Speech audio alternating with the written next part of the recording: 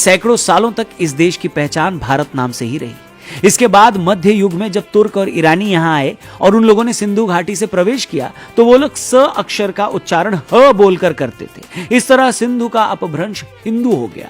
इसी से देश का नाम हिंदुस्तान हो गया और बाद में हिंदू शब्द की वजह से इसे हिंदुस्तान कहा जाने लगा।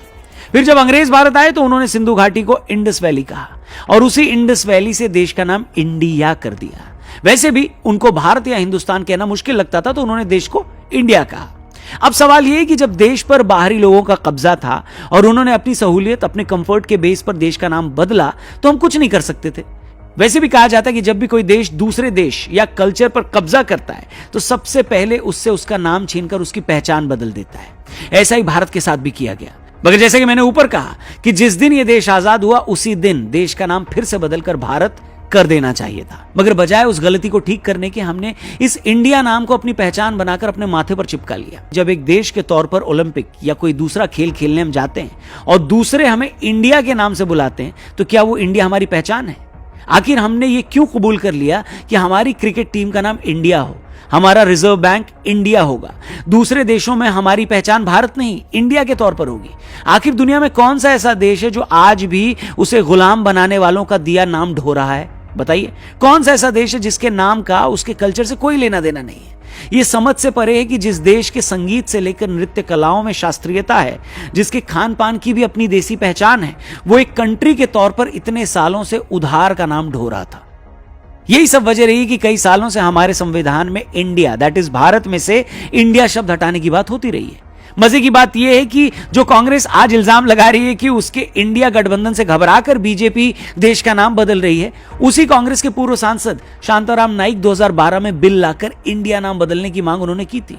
दुनिया के सबसे पॉपुलर स्पिरिचुअल लीडर सदगुरु भी इंडिया के नाम को भारत में बदलने की बात कह चुके हैं। बीजेपी सांसद नरेश बंसल और हरनाथ सिंह यादव भी देश का नाम इंडिया से बदलकर भारत रखने की मांग कर चुके हैं। 2014 में योगी आदित्यनाथ ने भी प्राइवेट मेंबर बिल लाकर इंडिया नाम को बदलने की मांग रखी थी।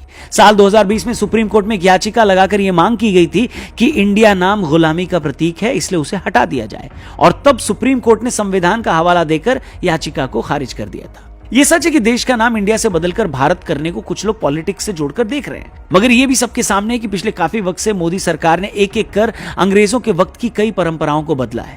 इसी मोदी सरकार के वक्त मीटिंग रिट्रीट की धुन को बदला गया, राजपथ का नाम बदलकर कर्तव्य पथ किया गया, राष्ट्रपति, उपराष्ट्रपति और प्रधानमंत्री के प्लेन पर भारत शब्द जोड़ा गया, और जब ये सब काम किए गए उस दौरान तो इंडिया गठबंधन कहीं था भी नहीं। हैरानी यह है कि इसी इंडिया गठबंधन में शामिल कितनी ही पार्टियों ने अपने अपने स्टेट में अपने शहरों के नाम बदलकर उन्हें उनके पुराने नाम दिलवाए हैं। क्या मद्रास को चेन्नई नहीं किया गया? बॉम्बे मुंबई नहीं हुआ? कैलकाटा कोलकाता नहीं हुआ? या बैंगलोर को बेंगलुरु नहीं किया गया? यह बात समझ से परे है कि शहरों को उनकी असली पहचान दिलाने के नाम पर उनके नाम बदले जा सकते हैं, तो देश को उसकी पहचान दिलाने के नाम पर उसे उसका असली नाम क्यों नहीं दिया जा सकता? और उससे भी मजे की बात यह है कि जो पार्टियां आज इंडिया का नाम भारत करने पर इतना तिल मिला रही हैं, इनमें से ज्यादातर पार्टियां वही हैं जिन्होंने अपने अपने राज्यों में शहरों के नाम बदले हैं। इसलिए एक तरफ अगर पॉलिटिक्स को साइड में रख दें तो लगभग हर फील्ड की बड़ी बड़ी सेलिब्रिटीज ने इस नाम बदलने का वेलकम किया है। सदी के महानायक अमिताभ बच्चन साहब ने इस खबर के फौरन बाद भारत माता की जय लिखकर ट्वीट किया। गावस्कर साहब ने भी देश का नाम भारत करने को सही बताया। वीरू भाई ने तो यहां तक कह दिया कि टीम इंडिया का नाम बदलकर टीम भारत किया जाए। अब सवाल यह है कि जब इतनी बड़ी बड़ी सेलिब्रिटीज खुलकर अपने इमोशन का इजहार कर रही हैं, खबर आने से पहले ही उसे अपना अप्रूवल दे रही हैं, तो आम आदमी जिस पर वैसे भी अपने इमोशन छिपाने का कोई प्रेशर नहीं होता, उसकी खुशी का तो आप अंदाजा भी नहीं लगा सकते।